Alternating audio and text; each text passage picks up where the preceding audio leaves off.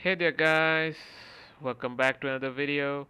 Today I'll be showing you how to use the spell check system that is available in Canva.